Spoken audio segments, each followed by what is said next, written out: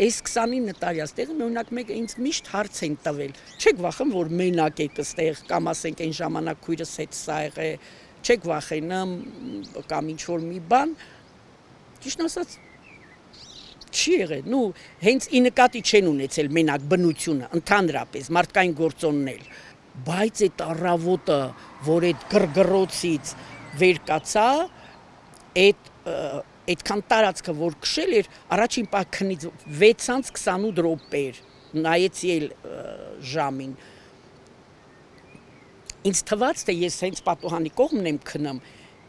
գետը հասելա պատուհանին, որտեվ այդ տարածքը որ քշել էր, այդ ուղիղ տեղը որ քշել էր, ու գետը այդքան բարձացել էր, վсё, ես պատկերացրի, վсё, լրիվ տարավ, ու վեր թռա տեղիցս դուռը բացեցի, այն կայարանի տակն էլ էր ջուրը լցվել, մի խոսքով ոնց որ մնացել էինք էսենց շրջափակման մեջ, ժողովուրդը լիքը ստեղ, ասենք մեքենաներ, ավտոբուսներ, մի խոսքով այդ, վերջը այդ մարդկանց կոֆե մոֆե տվեցի, այդ ժամը 6-ին բան, տենց, բնության այդ հզոր ուժի դեմ մարդկային ուժը անզոր է, նենց որ եթե տա Աստված չկրկնվի, մեր ժողովրդի գլխին այդ գոնե թե բնության կողմից այս աղետները չլնի, այդ մենակ կարող եմ ասել։